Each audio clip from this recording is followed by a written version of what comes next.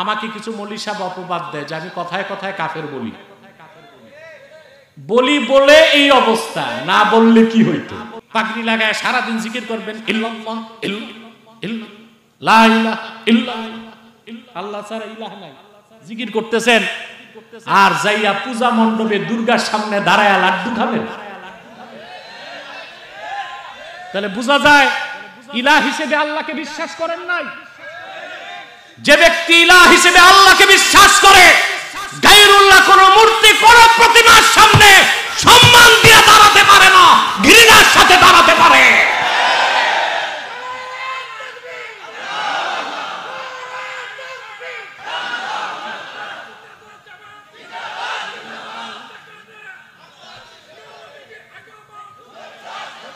প্রিয় ভাইরা, তাহলে ইলাহকে আল্লাহকে ইলাহ হিসেবে যে বিশ্বাস করে, গায়রুল্লাহকে সে ইলাহ মানতে পারে না। কোন প্রতিমা, কোন ভাস্কর্য, কোন ইলাহ বাতিল, মিথ্যা কল্পিত কোন ইলাহের সামনে দাঁড়াতে হলে ঘৃণার সাথে দাঁড়াতে হবে, সম্মান দিয়া দাঁড়াতে পারে না। এই সম্মান করাটাও নাওউম মিন আনওয়াইশ শিরক। শুধু মূর্তির সামনে সাজদা করলে শিরক হয় না, মূর্তির সামনে কুর্নিশ করা এটাও শিরক। মাথা কাত করা কি? বিনয় প্রকাশ করা কি? সব হচ্ছে নাওউম মিন আনওয়াইশ শিরক। 8 প্রকার শিরক, মূলত 2 প্রকার, একটা শিরকে জালি আর একটা শিরকে খাফি। মূল আর মোট ভাগ হচ্ছে 8 প্রকার। কোন মূর্তি, কোন ভাস্কর্য, কোন প্রতিমার সামনে সেজদা করা লাগবে না, শুধু মস্তক অবনত করে কুর্নিশ করে সম্মান করে দাঁড়ানোটাও শিরক। যে লোকগুলো গেছে, সব টাইপের লোকই গেছে, সব দলের লোকই গেছে, কোনো একদল দোষ করে না। কিন্তু দুঃখ লাগছে কিছু যে লেবাসদারি মৌলবী সাহেব গেছে, এটা তো মেনে নেওয়া যায় না। প্রচলিত রাজনীতি যারা করে ওদের তো তাওহীদের জ্ঞান নাই, শিরকের জ্ঞান নাই। যে ভুল করে ফেলছে, আমার প্রতিবাদের পর কুলাউড়ার যিনি সাবেক এমপি তিনি ক্ষমা চাইছেন যে এটা আমার ভুল হয়েছে। উনি বলছিল আজান আর উলুধ্বনি একই জিনিস। নওয়াজবিল্লাহ বলবেন না?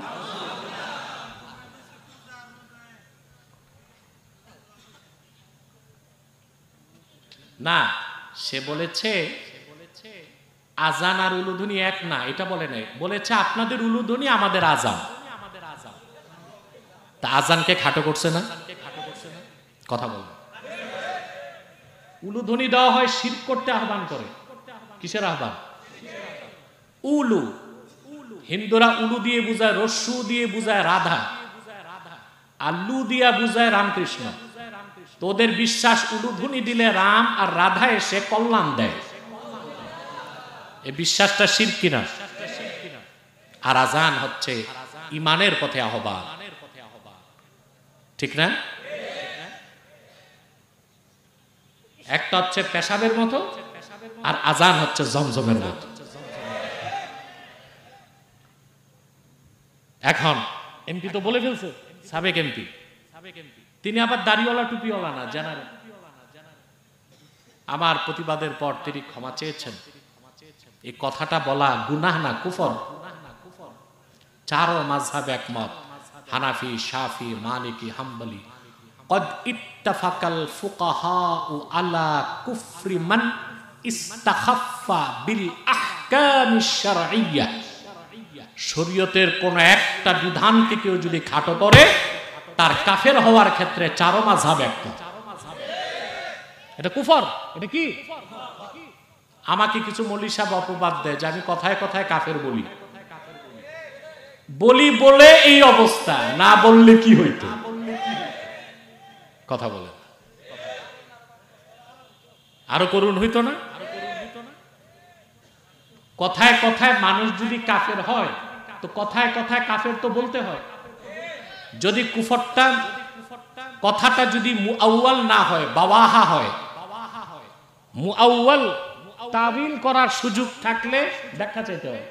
কি চাইতে হয় যে আপনি এটা কেন বলছেন, তখন সে ব্যাখ্যা দিবে, তওবা করবে। কিন্তু কুফরটা যদি হয় কুফর বাওয়াহা, স্পষ্ট, যা দ্বারা কোরআন হাদিস অস্বীকার হয়, ইজমায়ে সাহাবা ইজমায়ে উম্মত অস্বীকার হয়, উম্মতে মুসলিমার ইজমার অস্বীকার হয়, ওটা কুফর বাওয়াহা, সুস্পষ্টভাবে ব্যক্তি কাফের হয়ে যাবে। তওবা ছাড়া তার বাঁচার কোনো উপায়। কথা বুঝতেছেন ভাই? আরেকজন বলে ফেলছে আমাদের রোজা আপনাদের পূজা।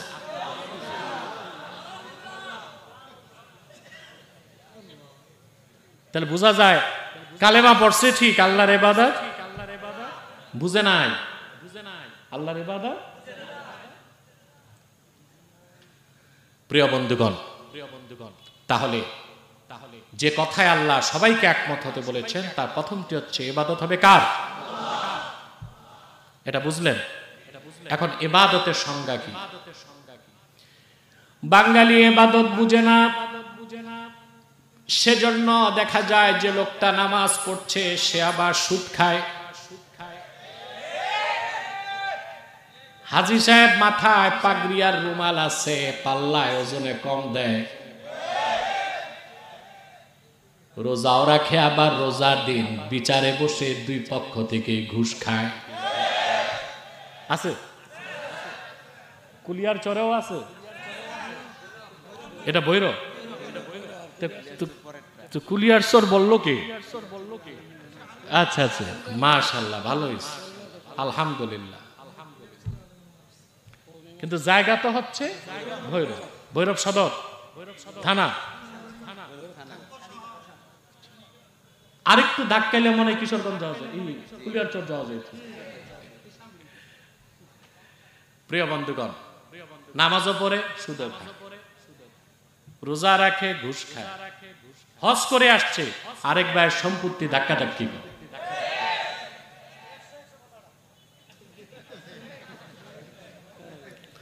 বুঝা গেছে এখানে ভুক্তভোগী আছে,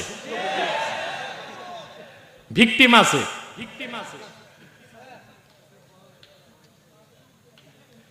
প্রিয় বন্ধুগণ, তাহলে ইবাদত বুঝেন নাই? ইবাদতের ব্যাখ্যায় ইমাম বাগাবী লিখেছেন, আম্মাল ইবাদাতু ফাহিয়াল ইতাআতু মা'আজ জিল্লাতি ওয়াল খুদু'। ইবাদত হচ্ছে ঈমান আনার পর নিজেকে তুচ্ছ মনে করে একনিষ্ঠ চিত্তে আল্লাহ তার হাবিবের আনুগত্যকে মস্তক পেতে মেনে নেবার নাম ইবাদত। সুবহান। আল্লামা হাফেজ জালালউদ্দিন সুয়ুতী রাহমাতুল্লাহি আলাইহি তিনি ইবাদত শব্দের ব্যাখ্যা করতে যে লিখেন, ফাহিয়া ইমতিসালুল আওয়ামিরে ওয়া ইজতিনাবুন নওয়াহি। ঈমান আনার পরে শরীয়তের হুকুমগুলো মানা আর নিষেধগুলো ছেড়ে দেবার নাম ইবাদত। নামাজ পড়তে হবে, সুদ ছাড়তে হবে, রোজা রাখতে হবে, ঘুষ ছাড়তে হবে, হজ করতে হবে, পরের মাল লুণ্ঠন করা যাবে না, সত্য বলতে হবে, মিথ্যা বলা যাবে না। ঠিক কিনা বলেন? তার মানে হুকুমগুলো মানতে হবে, নিষেধগুলো ছাড়তে হবে, এর নাম ইবাদত। দ্বীন ইসলাম ইবাদত দিয়েছে শুধু নামাজ, রোজা, হজ, যাকাতে নয়। ব্যক্তি জীবন, সমাজ জীবন, রাষ্ট্র জীবন, শিক্ষা জীবন, সাংস্কৃতিক জীবন, পারিবারিক জীবন, পররাষ্ট্রনীতি, স্বরাষ্ট্রনীতি, পোশাক আশাক, উঠা বসা, খাওয়া দাওয়া, পরকালীন মুক্তি আর ইহকালীন কল্যাণের জন্য আল্লাহ তার হাবিব সাল্লাল্লাহু আলাইহি ওয়াসাল্লাম দ্বীন ইসলামের মাধ্যমে যে আহকাম দিয়েছেন, আদেশগুলো মানা, নিষেধগুলো ছাড়া, তারই নাম ইবাদত। বলেন সুবহানাল্লাহ। লক্ষাধিক পয়গম্বর 5টা নীতির কথা বলেছেন, 5টা বিষয়ের দাওয়াত দিয়েছেন। লাখের উপর পয়গম্বর যে বিষয়ে একমত ছিলেন, প্রথম হচ্ছে লা ইলাহা ইল্লাল্লাহ, আল্লাহ ছাড়া কোনো ইলাহ নাই। সুবহানাল্লাহ। লক্ষাধিক পয়গম্বর এই দাওয়াত দিয়েছেন, আল্লাহ ছাড়া কোনো ইলাহ। লক্ষাধিক পয়গম্বর দাওয়াত দিয়েছেন, মুহাম্মদ সাল্লাল্লাহু আলাইহি ওয়াসাল্লাম ইমামুল মুরসালিন, খাতামুন নবীন। মুহাম্মদ সাল্লাল্লাহু আলাইহি ওয়াসাল্লাম হচ্ছেন সর্বশেষ নবী ও রাসূল এবং তিনি সকল নবী রাসূলগণের ইমাম। সুবহান। এখন একটা প্রশ্ন আসে না যে রাসূলুল্লাহ সাল্লাল্লাহু আলাইহি সাল্লাম আসলেন ১৫০০ বছর আগে সকল নবীদের পরে, তা আদম থেকে ঈসা আসলেন যারা আগে, তারা রাসূলুল্লাহর কথা জানছেন কেমনে? এটা একটা প্রশ্ন, কথা বলেন। এটার জবাব আল্লাহ দিয়ে দিয়েছেন সূরা আলে ইমরান ৮১ নম্বর আয়াত। আল্লাহ রাব্বুল আলামিন বলেন, وَإِذْ أَخَذَ اللَّهُ مِيثَاقَ النَّبِيِّينَ لَمَا آتَيْتُكُم مِّن كِتَابٍ وَحِكْمَةٍ ثُمَّ جَاءَكُمْ رَسُولٌ مُصَدِّقٌ لِّمَا مَعَكُمْ لَتُؤْمِنُنَّ بِهِ وَلَتَنصُرُنَّهُ قال أأقررتم وأخذتم على ذلكم إصري قالوا أقررنا قال فاشهدوا وأنا معكم من الشاهدين। সূরা আলে ইমরান ৮১ নম্বর আয়াত। আল্লাহ তাআলা বলেন, মুহাম্মদ সাল্লাল্লাহু আলাইহি সাল্লাম, আমি যে আপনার ব্যাপারে ওয়াদা নিয়েছি সেটা স্মরণ করুন। সুবহানাল্লাহ। আদম থেকে ঈসা পর্যন্ত সমস্ত পয়গম্বরদের কাছ থেকে আল্লাহ তাআলা আলামে আরওয়াহে ওয়াদা নিয়েছেন। পয়গম্বরদের কাছে সে ওয়াদা কি ছিল? লামা আতাইতুকুম মিন কিতাবি ওয়া হিকমাহ সুম্মা জাআকুম রাসূলুম মুসাদ্দিকুল লিমা মাআকুম। আমি তোমাদেরকে যে হিকমা ও প্রজ্ঞা দিয়ে প্রেরণ করছি, অতঃপর যদি আমার পক্ষ থেকে আমার হাবিব, আমার আখিরি রাসূল মুহাম্মদ সাল্লাল্লাহু আলাইহি ওয়াসাল্লাম আগমন করেন, লা তুমিনুন্না বিহি ওয়া লা তানসুরুন্নাহ, বিনা প্রশ্নে আমার হাবিবকে যদি তোমরা পাও, তোমরা ঈমান আনবে, আমার হাবিবকে সাহায্য করবে। বলেন সুবহানাল্লাহ। এই ওয়াদা কে দিয়েছে? এই ওয়াদা নেবার আগে পূর্বের কোন একজন নবীকে আল্লাহ নবুয়ত দেন না। এই ওয়াদা আল্লাহ নিয়েছেন, তোমাদেরকে আমি হিকমা দিলাম, জ্ঞান দিলাম, যা দিয়ে পাঠাচ্ছি, যদি আমার আখিরি নবী মুহাম্মদ সাল্লাল্লাহু আলাইহি ওয়াসাল্লাম চলে আসেন, তাহলে তোমাদের উপর আবশ্যক হচ্ছে তোমরা ওনার উপর ঈমান আনবে আর ওনাকে সাহায্য করবে। এত আস্তে আমরা কি কবরস্থানে না মাহফিলে? তা তো বোঝা যায়। কবরস্থান পাশে নাকি না দূরে? হ্যাঁ, আল্লাহ কারীম, কষ্ট হচ্ছে না তো? আমরা আজকে আয়াতের থেকে কিছু ব্যাখ্যা শুনে বাড়ি যাব। সূরা আলে ইমরান ৬৪ নম্বর আয়াত। ঠিক আছে না? আল্লাহ রাব্বুল আলামিন পয়গম্বরদেরকে তারপর জিজ্ঞেস করলেন, আআকরারতুম ওয়া আখাযতুম আলা যালিকুম ইসরি, আমি যে ওয়াদা নিলাম এটা গ্রহণ করছো? আল্লাহ শুধু ওয়াদা নেন নাই, নবীদের উপর আবার দায়িত্ব ছিল, তোমরা প্রত্যেকেই নিজ নিজ কওমকে আমার আখিরি নবী মুহাম্মদ সাল্লাল্লাহু আলাইহি ওয়াসাল্লামের আগমনের কথা বলে যাবা। ইসরি, ইসরি মানে দায়িত্বের বোঝা। আল্লাহ বললেন, আমি যে ওয়াদা নিলাম মানলা, যে দায়িত্ব দিলাম নিলা। সমস্ত পয়গম্বর বলেছেন ক্বালু আকরারনা, মেনে নিলাম। পুরুষের কণ্ঠে বলি সুবহান।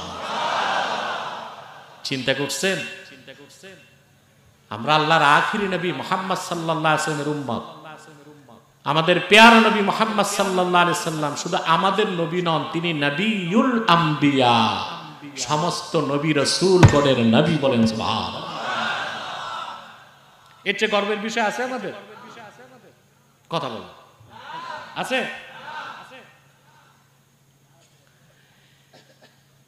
প্রিয় ভাইরা, এই আয়াতের তাফসীরে ইমাম আহমদ বিন হাম্বল তার মুসনাদে একটা হাদিস এনেছেন। এই আয়াতের তাফসীরে কেন বললাম? সমস্ত প্রসিদ্ধ তাফসীরে এই হাদিসটাকে মুফাসসিরগণ এই আয়াতের ব্যাখ্যায় এনেছেন, বিশেষ করে ইমাম কুরতুবী। আমার স্মৃতি বলছে হাদিস নাম্বার 15,262। হযরত ওমর রাদিয়াল্লাহু তাআলা আনহু একদিন ওনা কিছু কাগজ হাতে নিয়ে, এই তোমরা উঠা বসা করছো কেন? আমার প্রোগ্রামে উঠা বসা যায় না, এত বিনা কারণে উঠা যাবে না, আর তোমরা যারা দাঁড়িয়ে আছো বসে যাও।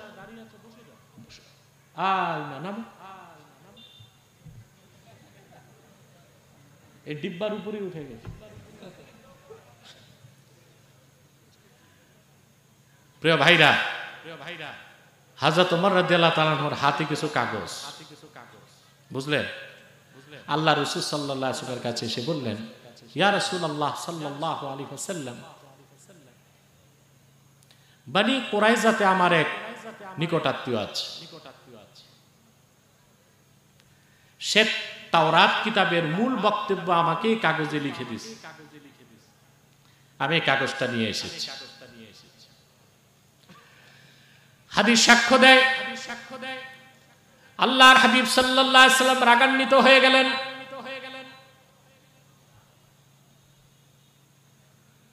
হাদিসের রাবী বলেন, আমি হযরত ওমরকে বললাম, ওমর তোমার এই কথায় রাসূলুল্লাহ রাগ করেছেন।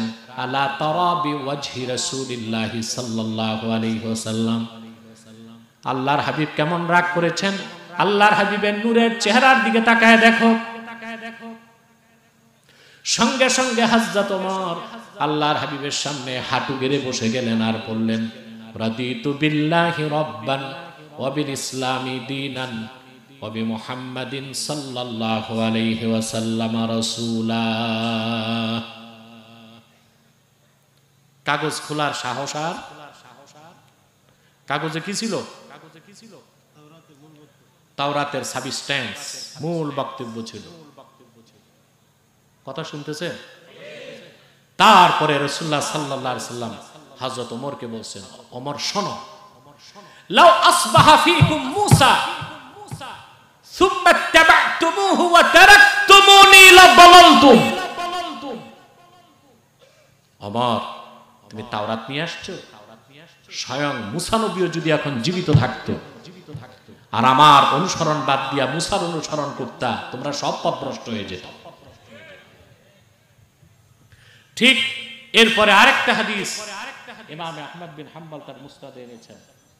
রাসূলুল্লাহ সাল্লাল্লাহু আলাইহি ওয়াসাল্লাম বলেছেন, যদি মূসা এখনো জীবিত থাকতো, আমি মুহাম্মদ সাল্লাল্লাহু আলাইহি ওয়াসাল্লামের অনুসরণ ছাড়া তার মুক্তির কোনো ব্যবস্থা থাকতো না। আল্লাহু আকবার। মুহাম্মদ সাল্লাল্লাহু আলাইহি ওয়াসাল্লাম খাতামুন নবিয়্যিন, রাসূলুর রাব্বিল আলামিন হিসেবে শুধু আমাদের নবী নন, তিনি নবিউল আম্বিয়া, সমস্ত পয়গম্বরদের নবী। সেজন্য আদম থেকে ঈসা পর্যন্ত লক্ষাধিক পয়গম্বর কয়টা বিষয়ে দাওয়াত দিয়ে গেছেন? প্রথম দাওয়াত ছিল লা ইলাহা ইল্লাল্লাহ, দ্বিতীয় দাওয়াতই ছিল মুহাম্মদ সাল্লাল্লাহু আলাইহি ওয়াসাল্লাম ইমামুল মুরসালিন, খাতামুন নবী। আরে ভাই আওয়াজ করে বলি সুবহানাল্লাহ। লক্ষাধিক পয়গম্বর। তৃতীয় যে বিষয়ে একমত ছিলেন তা হচ্ছে সালাত। আল্লাহর পক্ষ থেকে এমন একজন পয়গম্বর আসেন নাই যিনি সালাত আদায় করেন নাই, সালাত আদায়ের কথা বলেন নাই। চতুর্থ যে বিষয়ে লক্ষাধিক পয়গম্বর একমত ছিলেন তা হচ্ছে আখিরাত বা পরকালের বিশ্বাস। পঞ্চম যে বিষয়ে লাখের উপর নবী দাওয়াত দিয়ে গেছেন তা হলো ইবাদত লিল্লাহি ওয়াহদাহ, ইবাদত হবে একমাত্র আমার আল্লাহ রাব্বুল আলামিনের জন্যই। কয়টা বিষয়? সেজন্য পৌত্তলিক মুশরিকদের ধারণা ছিল না আল্লাহর ইবাদতের ব্যাপারে। আহলে কিতাবদের ধারণা ছিল যে পূর্বের সমস্ত আসমানি কিতাবে আল্লাহ তার ইবাদতের কথা পয়গম্বরদের মাধ্যমে প্রচার করেছেন। বলেন সুবহানাল্লাহ। সেজন্য আহলে কিতাবকে খেতাব করে বলা হয়েছে, তাআলাউ ইলা কালিমাতিন সাওয়াইন বাইনানা ওয়া বাইনাকুম আল্লা না'বুদা ইল্লাল্লাহ। ইবাদত হবে কার? আমার ভাইয়েরা, আপনি কোরআন কারীমের দিকে তাকায় দেখেন, 25 জন পয়গম্বরের ইতিহাস আল্লাহ তুলে ধরেছেন কোরআনে। প্রত্যেক পয়গম্বর যে 25 জনের কথা আল্লাহ কোরআনে উল্লেখ করেছেন, সেই প্রত্যেক পয়গম্বর মানব জাতিকে আল্লাহর ইবাদতের দাওয়াত দিয়েছেন। সুবহানাল্লাহ বলবেন না? দৃষ্টান্ত হিসেবে আল্লাহ তাআলা বলেন, ওয়ালাকাদ আরসালনা নূহান ইলা কওমিহি ইন্নী লাকুম নাযীরুম মুবিন আল্লা তা'বুদু ইল্লাল্লাহ। আল্লাহ বলেন, আমি নূহকে পয়গম্বর করে পাঠিয়েছি। 950 বছর তিনি হায়াত পেয়েছেন। সুদীর্ঘ 900 বছর তিনি মানব জাতিকে দাওয়াত দিয়ে বলেছেন, হে মানব জাতি, আমি তোমাদের জন্য সতর্ককারী, তোমরা একমাত্র আল্লাহ রাব্বুল আলামিনের ইবাদত করো। আল্লাহ তাআলা দৃষ্টান্ত দিয়ে বলেন, ওয়া ইলা আদিন আখাহুম হুদান ক্বালা ইয়া কওমি ইবুদুল্লাহা মা লাকুম মিন ইলাহিন গায়রু। আল্লাহ পাক বলেন, আমি আদ জাতির নিকট তাদের ভাই হুদকে পাঠিয়েছি। তিনিও যুগের পর যুগ তার জাতিকে দাওয়াত দিয়ে বলেছেন, হে আমার কওম, হে আমার জাতি, তোমরা আল্লাহর ইবাদত করো, তিনি ছাড়া অন্য কোনো উপাস্য নাই। আবার আল্লাহ তাআলা দৃষ্টান্ত দিয়ে বলেন, ওয়া ইলা সামুদ আখাহুম সালিহান ক্বালা ইয়া কওমি ইবুদুল্লাহা মা লাকুম মিন ইলাহিন গায়রু। আল্লাহ পাক বলেন, আমি সামুদ জাতির নিকট তাদের ভাই সালেহকে পাঠিয়েছি। তিনিও যুগের পর যুগ দাওয়াত দিয়ে বলেছেন, হে আমার কওম, তোমরা আল্লাহর ইবাদত করো, তিনি ছাড়া কোনো উপাস্য নাই। সুবহানাল্লাহ বলবেন না? ওয়া ইলা মাদিয়ানা আখাহুম শুআইবান ক্বালা ইয়া কওমি ইবুদুল্লাহা মা লাকুম মিন ইলাহিন গায়রু। আমি মাদিয়ান জাতির নিকট পয়গম্বর শুআয়বকে পাঠিয়েছি। তিনিও শত শত বছর দাওয়াত দিয়ে বলেছেন, হে আমার কওম, আল্লাহর ইবাদত করো, তিনি ছাড়া কোনো মাবুদ নাই। এভাবে হযরত ইব্রাহিম, হযরত সুলাইমান, আইয়ুব, ইউনূস, ঈসা, মুসা সবাই আল্লাহর ইবাদতের দাওয়াত দিয়েছেন। সবার শেষে এসেছেন আখিরি নবী, নূর নবীজি আমার মুহাম্মদ মুস্তাফা সাল্লাল্লাহু আলাইহি ওয়াসাল্লাম। তিনি ডাক দিয়ে বললেন, ইয়া আইয়ুহান নাসু উবুদু রাব্বাকুমুল্লাযী খালাকাকুম ওয়াল্লাযীনা মিন ক্বাবলিকুম লাআল্লাকুম তাত্তাকুন। হে মানব জাতি, উবুদু রাব্বাকুম, তোমরা তোমাদের রবের ইবাদত করো, যিনি তোমাদের সৃষ্টি করেছেন, তোমাদের পূর্ববর্তীদের সৃষ্টি করেছেন। সুবহানাল্লাহ বলবেন না? খেয়াল করেন মুসলমান, পূর্বের নবীগণ ডাক দিয়েছেন, হে আদ, হে সামুদ, হে কিপ্তি, হে বনি ইসরাইল, হে আমার জাতি। বিশ্ব নবী ডাক দিয়েছেন আরববাসী না মানব জাতি? জোরে বলতে হবে, আরব জাতি না মানব জাতি? পূর্বের নবীগণ ছিলেন আঞ্চলিক নবী। কি ছিলেন? একটা অঞ্চলের জন্য, একটা জাতির জন্য। আল্লাহর হাবিব এসেছেন গোটা বিশ্ব মানবতার কল্যাণের জন্য।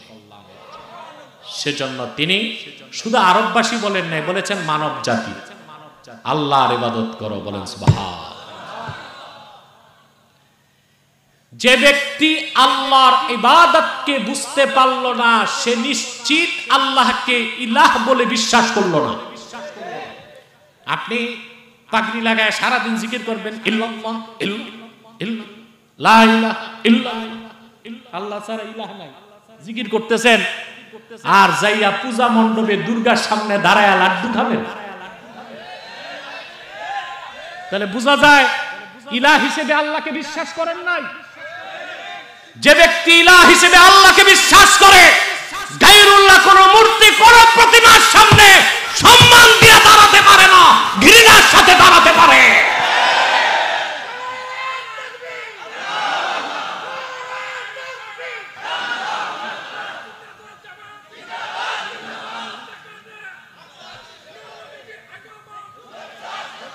প্রিয় ভাইরা,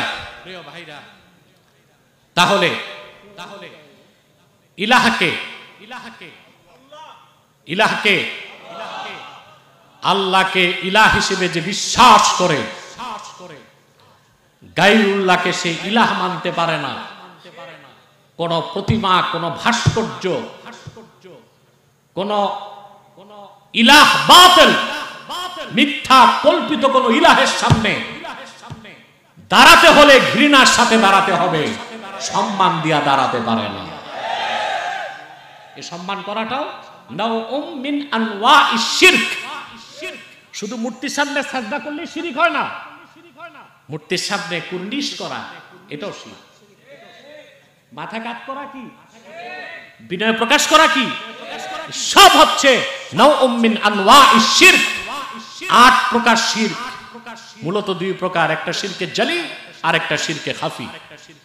মূল আর মোট ভাগ হচ্ছে 8 প্রকার। কোন মূর্তি, কোন ভাস্কর্য, কোন প্রতিমার সামনে সাজদা করা লাগবে না, শুধু মস্তক অবনত করে কুর্নিশ করে সম্মান করে দাঁড়ানোটাও শিরক। যে লোকগুলো গেছে, সব টাইপের লোকই গেছে, সব দলের লোকই গেছে, কোনো একদল দোষ করে না। কিন্তু দুঃখ লাগছে কিছু যে লেবাসদারি মৌলবী সাহেব গেছে, এটা তো মেনে নেওয়া যায়। প্রচলিত রাজনীতি যারা করে ওদের তো তাওহীদের জ্ঞান নাই, শিরকের জ্ঞান নাই। যে ভুল করে ফেলছে, আমার প্রতিবাদের পর কুলাউড়ার যিনি সাবেক এমপি, তিনি ক্ষমা চাইছেন যে এটা আমার ভুল হয়েছে। উনি বলছিল আজান আর উলুধ্বনি একই জিনিস। নওয়াজুবিল্লাহ বলবেন না?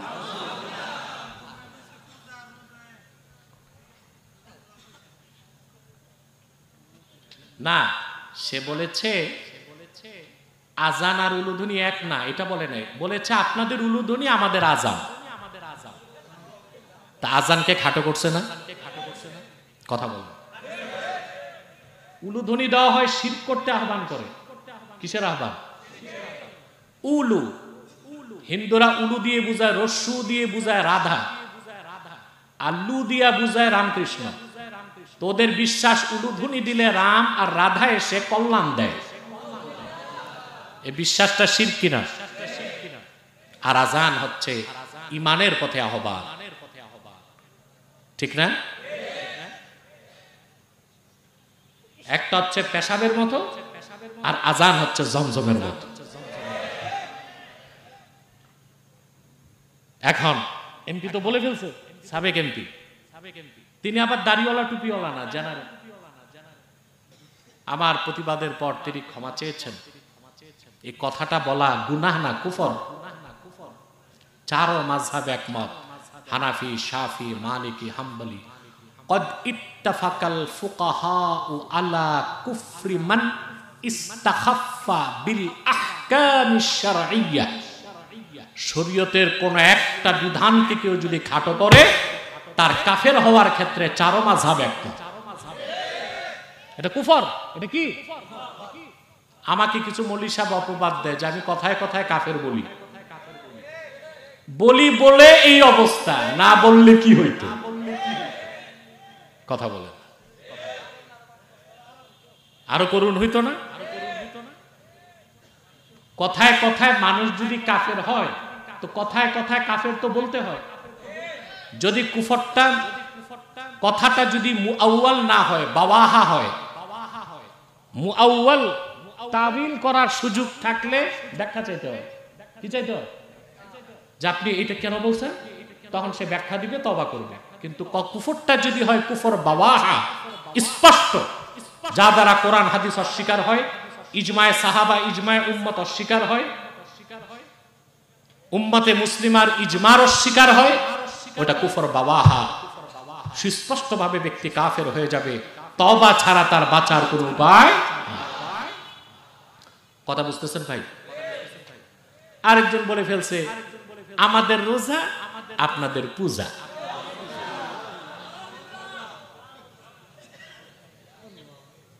তাহলে বোঝা যায় কালেমা পড়ছে ঠিক, আল্লাহর ইবাদত বুঝে নাই, আল্লাহর ইবাদত। প্রিয় বন্ধুগণ, তাহলে যে কথায় আল্লাহ সবাইকে একমত হতে বলেছেন তার প্রথমটি হচ্ছে ইবাদত হবে কার? এটা বুঝলেন? এখন ইবাদতের সংজ্ঞা কি?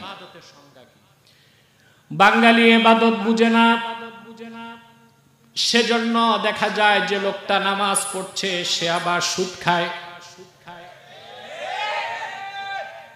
হাজী সাহেব মাথায় পাগড়ি আর রুমাল আছে, পাল্লায় ওজনে কম দেয়, রোজাও রাখে, আবার রোজার দিন বিচারে বসে দুই পক্ষ থেকে ঘুষ খায়। আছে, কুলিয়ার চরেও আছে। এটা বৈর তো কুলিয়ার চর বললো কে? আচ্ছা আচ্ছা, মাশাআল্লাহ, ভালো হয়েছে, আলহামদুলিল্লাহ। কিন্তু জায়গা তো হচ্ছে ভৈরব, ভৈরব সদর থানা। আরেকটু ধাক্কাইলে মনে হয় কিশোরগঞ্জ যাওয়া যায়, কুলিয়ার চর যাওয়া যায়। প্রিয় বন্ধুগণ, নামাজও পড়ে সুদও খায়, রোজা রাখে, ঘুষ খায়, হজ করে আসছে, আরেক ভাইয়ের সম্পত্তি ধাক্কা ধাক্কি করে।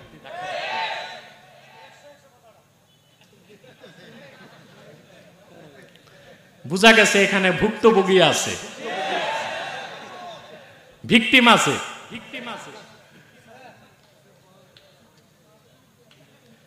প্রিয় বন্ধুগণ, তাহলে ইবাদত বুঝেন নাই? ইবাদতের ব্যাখ্যায় ইমাম বাগাবী লিখেছেন, আম্মাল ইবাদাতু ফাহিয়াল ইতাআতু মা'a যিল্লাতি ওয়াল খুদু'। ইবাদত হচ্ছে ঈমান আনার পর নিজেকে তুচ্ছ মনে করে একনিষ্ঠ চিত্তে আল্লাহ তার হাবিবের আনুগত্যকে মস্তক পেতে মেনে নেবার নাম ইবাদত। সুবহানাল্লাহ। আল্লামা হাফেজ জালালউদ্দিন সুয়ুতী রাহমাতুল্লাহি আলাইহি তিনি ইবাদত শব্দের ব্যাখ্যা করতে যে লিখেন, ফাহিয়া ইমতিসালুল আওয়ামিরে ওয়া ইজতিনাবুন নওয়াহি। ঈমান আনার পরে শরীয়তের হুকুমগুলো মানা আর নিষেধগুলো ছেড়ে দেবার নাম ইবাদত। নামাজ পড়তে হবে, সুদ ছাড়তে হবে, রোজা রাখতে হবে, ঘুষ ছাড়তে হবে, হজ করতে হবে, পরের মাল লুণ্ঠন করা যাবে না, সত্য বলতে হবে, মিথ্যা বলা যাবে না। ঠিক কিনা বলেন? তার মানে হুকুমগুলো মানতে হবে, নিষেধগুলো ছাড়তে হবে, এর নাম ইবাদত। দ্বীন ইসলাম ইবাদত দিয়েছে শুধু নামাজ, রোজা, হজ, যাকাতে নয়। ব্যক্তি জীবন, সমাজ জীবন, রাষ্ট্র জীবন, শিক্ষা জীবন, সাংস্কৃতিক জীবন, পারিবারিক জীবন, পররাষ্ট্রনীতি, স্বরাষ্ট্রনীতি, পোশাক আশাক, উঠা বসা, খাওয়া দাওয়া, পরকালীন মুক্তি আর ইহকালীন কল্যাণের জন্য আল্লাহ তার হাবিব সাল্লাল্লাহু আলাইহি ওয়াসাল্লাম দ্বীন ইসলামের মাধ্যমে যে আহকাম দিয়েছেন, আদেশগুলো মানা, নিষেধগুলো ছাড়া, তারই নাম ইবাদত। বলেন সুবহানাল্লাহ। এই ইবাদতে আল্লাহ রাব্বুল আলামিনের সঙ্গে কাউকেই শরীক করা যাবে না। আহলে কিতাবদেরকে উদ্দেশ্য করা হয়েছে, তারা আল্লাহর তাওহীদকে বুঝতো, মানতো না। ইহুদিরা উজাইরকে মনে করতো আল্লাহর বেটা, উজাইরের ইবাদত করত। খ্রিস্টানরা আল্লাহর তাওহীদ সম্পর্কে ধারণা ছিল, কিন্তু তারা ঈসাকে মনে করতো আল্লাহর বেটা। নিশ্চয়ই উজাইর, ঈসা আর মারিয়াম তারা ছিল আল্লাহর নগণ্য দাস। মারিয়াম ছিল দাসী, ঠিক কিনা? তাওহীদের ধারণা থাকার পরও তারা আল্লাহর ইবাদত বাদ দিয়া গায়রুল্লাহর ইবাদত করত। সেজন্য আহলে কিতাবকে ডেকে বলা হয়েছে, তাআলাউ ইলা কালিমাতিন সাওয়াইন বাইনানা ওয়া বাইনাকুম আল্লা না'বুদা ইল্লাল্লাহ। আসো আমরা আল্লাহ ছাড়া কারো ইবাদত করব না। এটা প্রথম কথা। দ্বিতীয় কথা হচ্ছে ওয়ালা নুশরিকা বিহি শাইআ, আল্লাহর সাথে কাউকে শরীক করব না। আল্লাহর সাথে কাউকে শিরকের গুনাহ কখনো আল্লাহ মাফ করবেন না। যে শিরক করে সে মুশরিক। সে কি? শিরকে জালি যদি কারো দ্বারা হয় সে মুশরিক, সে কাফের। তওবা ছাড়া মৃত্যুবরণ করলে কখনো সে বেহেশতে যাবে না। এই ঘোষণা কার? ইন্নাল্লাহা লা ইয়াগফিরু আন ইউশরাকা বিহি ওয়া ইয়াগফিরু মা দুনা যালিকা লিমান ইয়াশা। নিশ্চয় আল্লাহ রাব্বুল আলামিন শিরকের গুনাহ, কুফরের গুনাহ কখনো মাফ করবেন না। এছাড়া বান্দা যত বড় গুনাহগার হোক আল্লাহ তাদের মধ্যে যারে খুশি তারে মাফ করে দিবেন। মুসলমান কিশোরগঞ্জবাসী একটা কথা বলে চাই, মুহাম্মদ সাল্লাল্লাহু আলাইহি সাল্লামের উম্মত পরিচয়ে যদি মরতে পারেন, শর্ত একটাই, শিরক আর কুফর করা যাবে না। আপনি যত বড় গুনাহগার হন, আল্লাহর হাবিবের শাফাআতে আল্লাহ আপনাকে কোনো একদিন ক্ষমা করে দিবেন। রাসূলুল্লাহ শাফাআত তো বিশ্বাস করেন? রাসূলুল্লাহ শাফাআতের অস্বীকারী মুলহিদ, বেঈমান। কারণ রাসূলুল্লাহ শাফাআতের বিষয় তাওয়াতুরান প্রমাণিত। ইবনে হাজার বলেন ইন্নাল আখবারা বিশাফাআতিন নবী সাল্লাল্লাহু আলাইহি ওয়াসাল্লাম قد بلغ حد التواتر। রাসূলুল্লাহ সাল্লাল্লাহু আলাইহি ওয়াসাল্লাম যে শাফাআত করবেন এই সংক্রান্ত হাদিসগুলো মুতাওয়াতিরের দরজা লাভ করেছে। বলেন সুবহানাল্লাহ। আপনি যদি মুসলিম হিসেবে মরতে পারেন, যদি খুব আমল নাও থাকে, অনেক গুনাহ করছেন কিন্তু আমল নামায় শিরক নাই, কুফর নাই, হতে পারে আপনাকে আল্লাহ বিনা আযাবও মাফ করে দিতে পারেন, হতে পারে আযাব দিলেও অবশ্যই জান্নাত দিবেন, যেহেতু আপনি আল্লাহর হাবিবের উম্মত। সুবহানাল্লাহ বলবেন না? আল্লাহ রাব্বুল আলামিন সূরা দুহাতে তার হাবিবকে বলেন ওয়ালা সাওফা ইউতিকা রাব্বুকা ফাতারদা। মুহাম্মদ সাল্লাল্লাহু আলাইহি ওয়াসাল্লাম, আখিরাতে আল্লাহ তাআলা আপনাকে আরো এত বেশি নিয়ামত দিবেন, আপনি রাজি হয়ে যাবেন। সূরা দুহা নাজিলের পরে আল্লাহর হাবিব সাল্লাল্লাহু আলাইহি ওয়াসাল্লাম সাহাবায়ে কেরামকে ডেকে বললেন, সাহাবীরা শোনো, আল্লাহ ওয়াদা করেছেন যতক্ষণ পর্যন্ত আমি রাজি না হই আমার কথা আল্লাহ শুনতেই থাকবেন। আমি ওয়াদা করে যাই লা আরদা ওয়া ওয়াহিদুম মিন উম্মতি ফিন্নার। আমার কালেমা পড়া, আমার কালেমা বিশ্বাস করা একজন উম্মত যতক্ষণ জাহান্নামে থাকবে আমি রাসূল রাজি হব না। আমার প্রত্যেক উম্মতকে আল্লাহ যখন বেহেশত দিয়ে দিবেন, সাত জাহান্নামের কোথাও আমার একজন উম্মত থাকবে না, সব যখন বেহেশতে চলে যাবে তখন আমি ডাক দিয়ে বলবো রাদিতু ইয়া রব, হে রব আমি রাজি হয়ে গেলাম, আমার একজন উম্মত তোমার জাহান্নামে নাই। শিরক করলে, কুফর করলে আপনি কাফের হয়ে যাবেন, মুশরিক হয়ে যাবেন, উম্মত থেকে খারিজ হয়ে যাবেন। তাহলে আমরা আল্লাহর হাবিব মুহাম্মদ সাল্লাল্লাহু আলাইহি ওয়াসাল্লামের উম্মত পরিচয়ে বেঁচে থাকতে চাই, মরতে চাই, কবরে থাকতে চাই, হাসরে উঠতে চাই, জান্নাতে যেতে চাই। তো শিরক করা যাবে না, পীর মুরিদের নামে শিরক করা যাবে না, সংস্কৃতির নামে শিরক করা যাবে না, রাজনীতির নামে শিরক করা যাবে না।